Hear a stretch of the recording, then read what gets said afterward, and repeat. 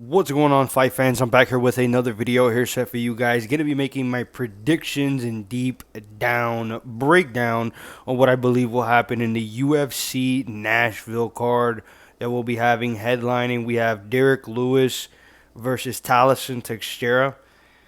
Not like the greatest of main events that they could be able to put out. This card is actually pretty decent if you look like along the lines of what it is. This is a glorified Apex card, in my honest opinion. A lot of these guys are stuck on the Apex. They've been doing work, or they've been notable names, or they're kind of somewhat in the rankings and whatnot. So I mean, I guess. But yeah, this is basically just a glorified Apex card. And starting off the card, we got Mitch Ramirez versus Mike Davis. Mike Davis is coming off a loss to Fares Ziam, where he was having a very abnormal performance. Wasn't really performing where he usually is, where he kind of just is crazy on the feet, has great power, has good takedowns and good wrestling. And he kind of just was like, just laying on the ground, just doing things that he usually doesn't do in fights. It was very, very weird to be able to say that. And Mitch Ramirez, he's gotten KO'd by Carlos Prates on the Dana White Contender Series, and he lost in his UFC debut to Thiago Moises by leg kicks. I'm going to go with Mike Davis on this one. I think he's going to be able to come back and have a bounce back performance, get his win bonus too as well, and probably have a great performance at that going on.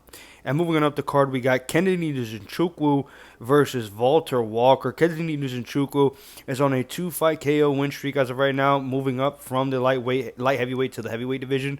And Walter Walker himself is on a 2-fight win streak, both by heel hook subs. This is the deal breaker for me on this one. Walter Walker lost to Lucas Bresky by decision, and Kennedy Nzechukwu knocked him out cold. If it goes to the ground, Walter Walker definitely has the advantages with the takedowns and the grappling, but I just think with the lighter man skill, Kennedy Nzechukwu was able to keep things on the feet because it actually does start on the feet, and Walter Walker is probably going to go out cold in this one. And moving on up the card, we got Jake Matthews versus Chidi Nzechukwu, a very, very good, very good in my honest opinion matchup for these two guys. Jake Matthews, as of right now, is on a 2-fight win streak against Francisco Prado and Phil Rowe. Those are actually pretty decent names. Not the greatest, obviously not ranked welterweights in the welterweight division, but Chidi Nzechukwu himself is on a 3-fight win streak. But the 3-fight win streak that he's on, there's not real notable names that he has. I mean, last time he knocked out, I think, Alexi Dos Santos. But the real kicker for me on this one is the height and reach advantage that Chidi Nzechukwu has. He's gone, dominated and knocked out before by Mikhail Lenchachuk and Gregory Rodriguez. I don't think that Jake Matthews has that type of power in his hands, even though his power is pretty decent and his boxing is really good. But I don't think Chidi Nzechukwu has something really to be able to worry about, and especially with him mixing things in with the clinch. His kickboxing is actually really slick. I actually like his kickboxing. It's okay. It's pretty good, especially for him being an unranked welterweight. I think it's actually working to his effect really well. And with the height and reach advantage that Chidi has, I just think that he's going to be able to use that to his advantage, where Jake Matthews can be very one-note, one-dimensional, with just using a lot of his boxing for the majority of his offense. So I'm going to go with Chidi in this one over Jake Matthews. And moving on up the card, we got the newly debuting welterweight Chris Curtis is going to be dropping 15 pounds from going for the middleweight division down to the welterweight division. And the first matchup that he is going to be going against is Max Griffin. Max Griffin is a UFC vet who's been in there for quite some time, so you already kind of know what you're going to get in there. Not a lot of volume, has a little bit of power, but, he's not good, especially with all the age that he has going on as of right now. He recently just lost to RNC by Michael Chiesa, who's streaking right now. But if you're losing to Michael Chiesa, and with the age and how everything is going as of right now, I mean, it's not a great look. Chris Curtis, he's on a 2-fight losing streak as of right now, but the two guys that he's lost to have been Brendan Allen and Roman Kopylov, where both of those fights were absolute bangers between these two guys, where it was literal wars in those rounds that he was getting in work with both of those guys. I think this is a clear step down in this one for Chris Curtis. I think he gets the job done against Max Griffin. Don't know how the weight cut is going to be affecting him. It may affect him maybe more than he was to, especially with cutting those 15 pounds. It's not like he's cutting 10, like he's going from lightweight to featherweight or featherweight to bantamweight, where it's just 10 pounds that you're cutting. Even though the 10 pounds are an advantage, 15 pounds can be hefty. Chris Curtis is a muscular build type of dude. He's going to be looking a little bit more shredded, but again, I don't know if the weight cut is going to be doing a lot much for him. But when he rehydrates, he's going to be one hell of a big jack dude that he's going to be able to deal with. And obviously, as I said earlier before, I think Chris Curtis is going to get the job done by knockout over Max Griffin. And moving on up the card, we got a matchup between two of the most sloppiest fighters we ever had in the UFC. Junior Tafa versus Taco Tacos. I know I'm saying his name incorrectly, but I don't care. I don't care how he fights. He's trash. Junior Tafa, he KO'd Sean Sharaf in a terrible fight where both of these guys literally gassed after like the 3-4 minutes into the first round. But he eventually got the KO over it. And Taco Tacos is on a 2-fight losing streak as of right now. Won by RNC over Omar Sy. And Navajo Sterling completely just whooped him easily on the feet. Taco Tacos can make things a little bit dirty, with the grappling and the wrestling. And he can be able to smudge things and get things to the ground. I just think that Junior Tafa has power on the feet where Taco Tacos doesn't have anything to be able to negate that or have him worry about what is coming back to Tafa's way. And, I wouldn't be surprised if Taco Tacos literally smudged, like Marab, like early age Marab, his way to victory, where it's just leaning on him on the cage, knees to the thigh, maybe a takedown here and there, but it's like really like very boring. But I'm going to go with Junior Tafa on this one by knockout because I think Taco Tacos is...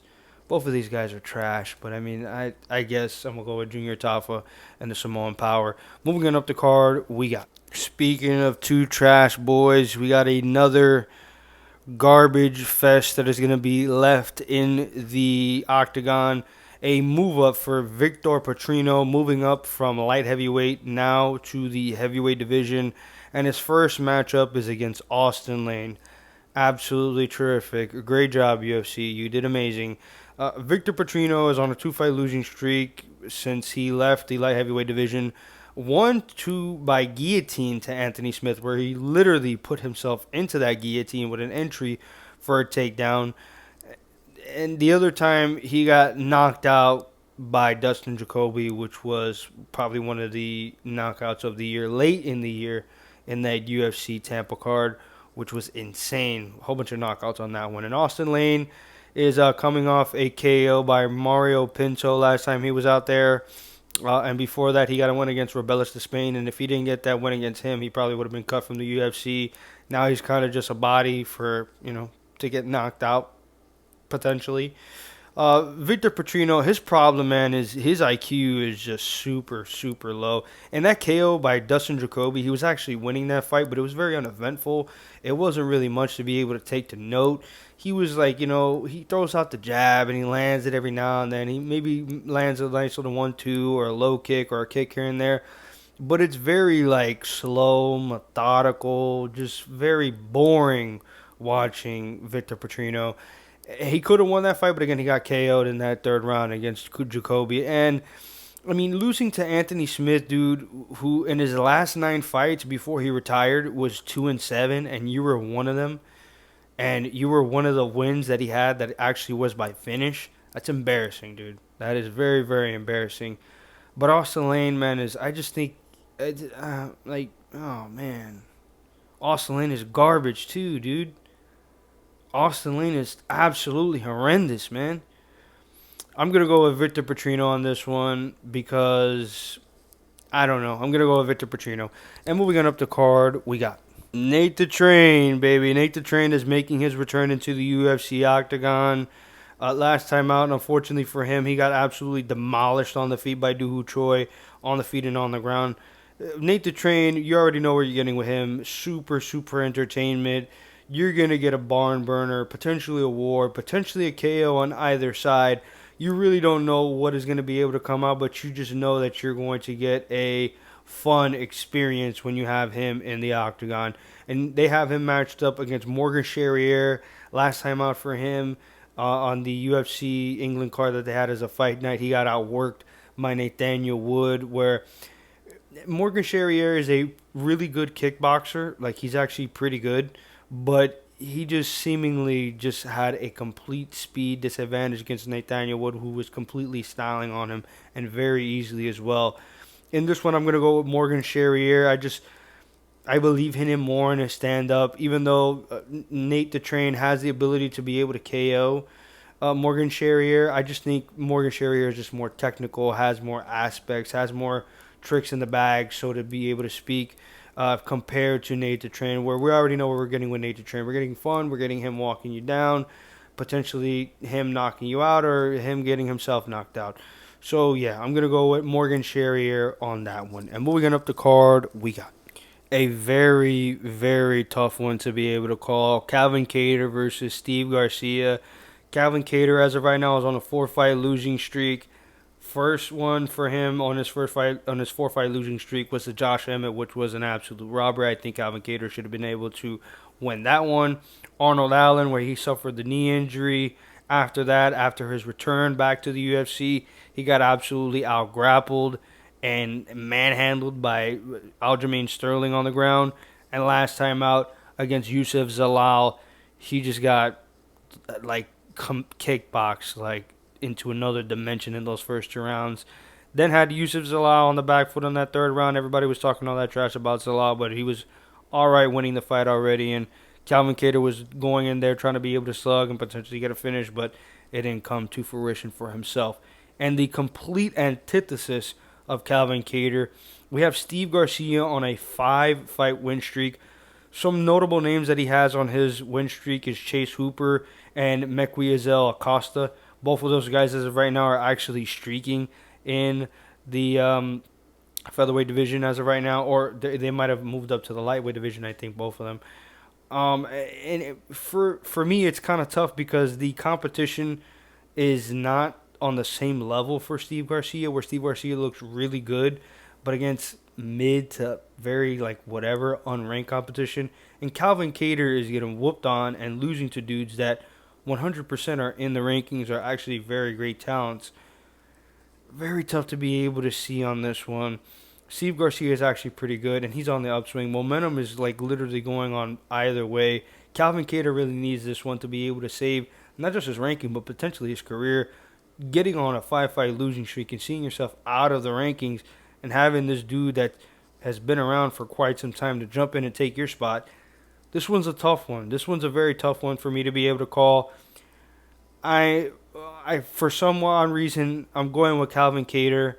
I just think that he has the experience, has the IQ, has the learning, has gone against tougher and better competitions than Steve Garcia so far in his career, and is potentially going to be able to put out Steve Garcia. We're on the feet. I do think they're very comparable. Steve Garcia does have some power in his hands, but again, the competition is just leaps and bounds level between these two guys as of right now. I think Steve Garcia maybe needs another potential step up, but then again, I'm saying that, and Calvin Kattar's on a 4-fight losing streak as of right now, so maybe this is the step up he needs. This one could really go either way for me, but I'm going to side with Calvin Kattar and going back into winning ways. And moving on to the co-main event of this card, we got the return of Stephen Wonderboy Thompson versus Gabriel Bonfim. Wonderboy right now is on a 2-fight losing streak. He got KO'd by Joaquin Buckley last time out, and before that, he got submitted by RNC by Shavkat Rakhmonov. Gabriel Bonfim is on a 2-fight win streak as of right now. He got fraud checked already by Nicholas Dalby, but he has a win over Angelusa and got a submission victory over Chaos Williams. This one's tough. This one's very, very similar to the Steve Garcia versus Calvin Kattar fight, where you have the old Wily vet who still is holding on to his ranking, has gone up against better competition, but is seemingly on the downswing of his career with age and his qualities and abilities deteriorating, and you have this up and coming potential, maybe good to great type of fighter that is going to be moving up on your rankings, but maybe is this jump up too much for them on the feet? 100% Wonder Boy has the advantage. 100%. I don't think anybody besides maybe MVP could be able to potentially have that type of stance on the feet where it's just comparable for both of these dudes. Gabriel Bonfim has been making strides on the feet. He looked a bit better against Chaos Williams, where he looked a bit composed, using the inside and outside low kick, using his jab, his 1-2. So he looks like he's getting a little bit more competent on the feet and using things to his advantage. But obviously, the other advantage that Gabriel Bonfim has, besides age and everything, and youth and momentum going his way, is that his wrestling and his BJJ practitioner is, I wouldn't say top notch, but it's very, very good. Getting good submissions, having great top control, threatening and really having worries against a lot of the dudes, especially against Nicholas Dalby. Even though he did get fraud checked in that matchup, he had Dalby in worse for wear in a lot of moments, threatening with submissions, having a lot of ground and pound, doing a lot of great work. He just tired out, and he saw that Nicholas Dalby was still in there to be able to continue to fight him, and Gabriel Bonfim looked like he's seen a ghost in there. Again, similar to the Steve Garcia thing where Angelusa and Chaos Williams is nowhere near holding a light and candle to Joaquin Buckley and Shavkat. And again, I just think Wonder Boy, he has really good takedown defense. And Gabriel Bonfim is no Shavkat Rachmanov. But again, Wonder Boy is on the downside of his career as of right now. He's not the same type of fighter, obviously, with age and attrition coming towards him. I'm going to go with Stephen Wonderboy Thompson on this one. I don't think Wonderboy loses to guys like Gabriel Bonfim who don't have the same type of thing where he's worrying too much of things on the feet at all. Again, Bonfim has been making strides and he's being better and he's continuously doing these things on the feet where he's looking more and more competent. But going against Wonderboy, I mean, it's leaps and bounds of where these dudes are in terms of their stand-up and their stances and everything, compared for their kickboxing, karate, and all their other backgrounds in terms of them being on the feet. And as well, Wonderboy still has pretty good takedown defense. And Bonfim has broken beforehand. We've seen him break. Could he be able to do this again against Wonderboy, who doesn't have tremendous power? But again, it's not like he's just hitting you with love taps. I'm going to go with Wonder Boy on this one. I'm going to go with the old wily vet one more time on this card. I don't think it's the time. Or it was the great matchup for Bonfim on this one. And moving on now to the main event we got. Derek Lewis is going to get knocked out. Yeah. There you go. That's the end of the video. Well, obviously, if you're still here, I'm trolling. Yeah. Derek Lewis is gonna get knocked out, man. He just is. He's coming off a KO win against Rodrigo Nascimento. That was a year ago. Lewis is like 40 years old already. Taliesin Teixeira, undefeated prospect, coming a KO win over Justin Tafa. Derek Lewis has always been a meddling heavyweight where he has issues. If you're a good to really great grappler, if you take him down, you have control, you do all these things, or get a submission victory over him, you're going to do that.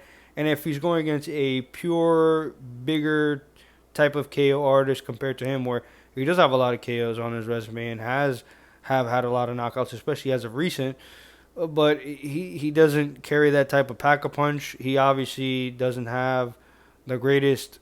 I mean, none of these heavyweights have the greatest cardio, but especially Derek Lewis doesn't have one of the greatest cardio bags in the heavyweight division. So yeah, Taliesin Teixeira, we haven't really seen much out of him. His kickboxing is decent. It's pretty good. Actually really good for heavyweight standards. And yeah, the only reason they have Derek Lewis heading off this is because they need a headliner. Derek Lewis can sell tickets. People know him. He's funny. He's gotten knockouts before. People know him for having his balls hot and whatnot and having these KOs and getting the crowd wild up and all this other stuff. But he's pretty much just been a gatekeeper, essentially, If you get past him, you're on your way to a title shot.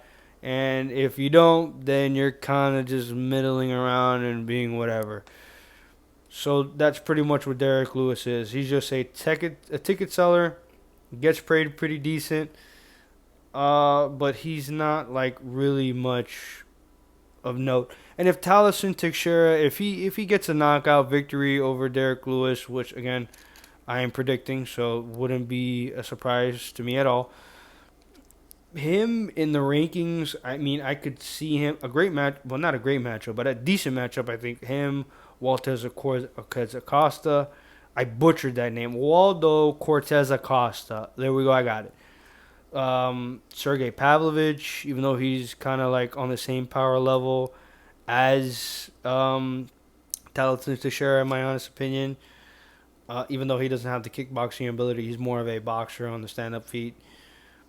Guys like that, he could potentially get himself in the top 5, maybe top 6. There's still Gelton Almeida, who hasn't really, made a huge name for himself, but, there's that. I mean, Sergey Spivak, Marcin Tybura, maybe that's a good matchup for him, or maybe they just want to fast track another name for Tom Aspinall to knock out in there. I don't really know.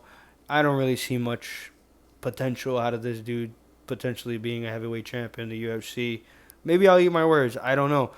But he got a good knockout against Justin Tafa, and then he's probably going to get another great knockout against another old head, that being Derek Lewis.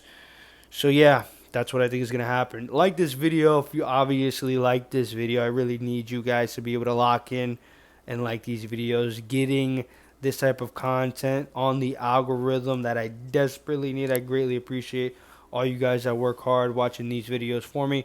Comment your opinions on what you think is going to be able to go down on this UFC card and who you have winning. There's a few fights